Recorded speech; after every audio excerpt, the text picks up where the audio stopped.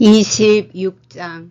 내가 그곳을 떠나 땅의 중앙을 걷고 있는데 축복으로 수분이 풍부한 장소가 눈에 띄었다.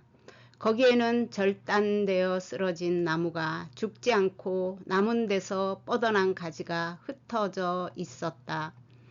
거기서 나는 거룩한 산을 보고 산 기슭 남쪽 방향으로 흐르고 있는 물을 동쪽에서 보았다. 나는 동쪽에 또 하나의 산을 보았다.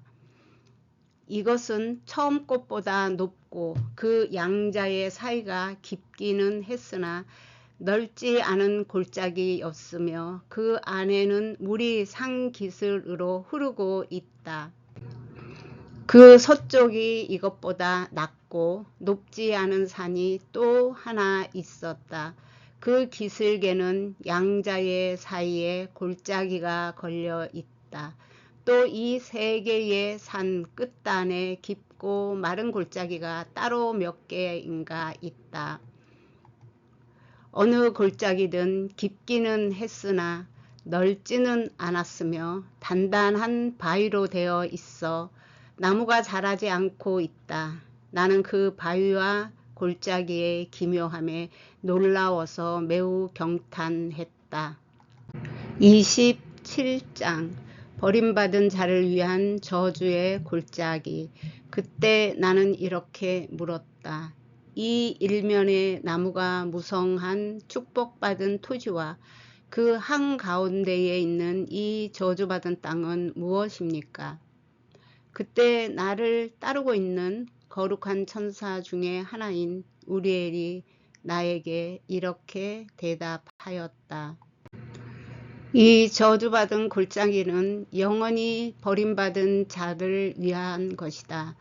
하나님께 대하여 부당한 일을 말하는 자들과 그분의 영광에 대하여 차마 입에 담을 수도 없는 모욕적인 일을 말하는 자들을 모두 모아 처치하는 장소이다. 종말의 날에 그들에 대한 정의의 재판은 의인들에게는 영원한 구경거리가 될 것이다. 긍휼을 받은 자는 평안과 기쁨에서 벗어나 영원하신 주님을 여기에서 찬양할 것이다. 또 그들의 심판의 날에 불쌍히 여기시고 그들에게 그 몫을 나누어 주었다 하여 하나님을 찬양할 것이다. 그때 나도 영광의 주님을 찬양하고 그분께 대하여 그 위대하심에 감탄하여 그분께 영광을 돌렸다. 28장. 거기에서 나는 더 나아가서 동쪽 항야의 산중을 거닐었는데 그곳에서 내가 본 것은 다만 한 면이 평지뿐이었다. 그러나 항야라고는 하지만 많은 종류의 수목이 무성하여 물이 높은 곳에서 볼을 끄는 것처럼 흐르고 있었다. 이것을 맞이하는 세찬 흐름이 북쪽과 똑같이 서쪽도 얼마나 세찬 것인지 알 수 있었다. 또 도초에서 그러듯 여기에서도 수분과 이슬을 뿜어내고 있었다. 29장. 심판의 나무. 나는 항야를 떠나 다른 곳으로 가서 산의 동쪽에 접근하였다. 거기서 나는 심판의 나무를, 특히 유향과 몰약의 향기를 풍기는 나무를 보았는데 이것은 보통의 나무와 비할 바가 아니었다. 30장. 6개의 나무. 이런 나무를 두고 멀리 동쪽으로 갔는데 다른 장소, 즉 계속하여 끊이지 않고 물이 흐르는 골짜기가 눈에 띄었다.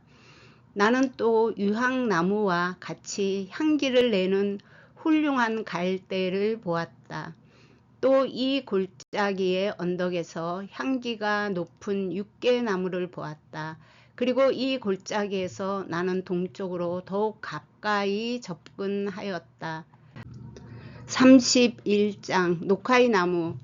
나는 또 다른 산을 보았는데 거기에는 마찬가지로 나무가 자라고 있었다.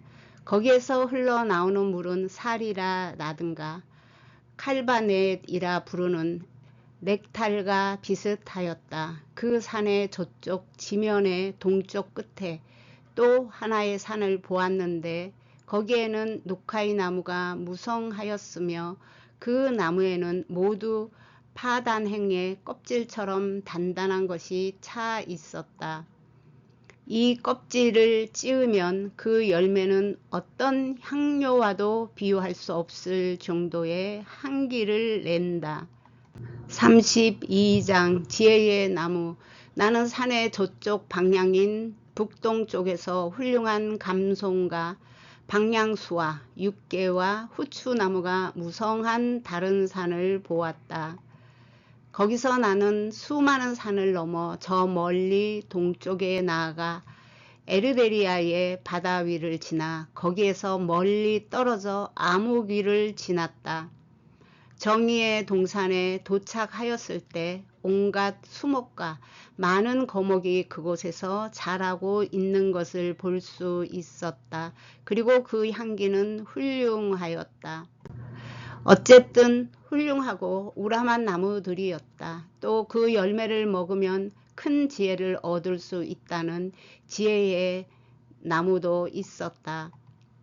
그 지혜의 나무는 콩가 식물의 나무와 비슷하고 그 열매는 포도송이처럼 매우 아름다우며 그 향기는 아주 훌륭하고 매혹적이어서 멀리서도 맡을 수가 있다. 나는 갑자기 생각난 듯이 말하였다. 이 나무는 얼마나 훌륭하고 그 모양은 어찌 그리 아름답고 매력적일까. 나를 따르고 있던 거룩한 천사 나파엘이 나에게 대답하였다.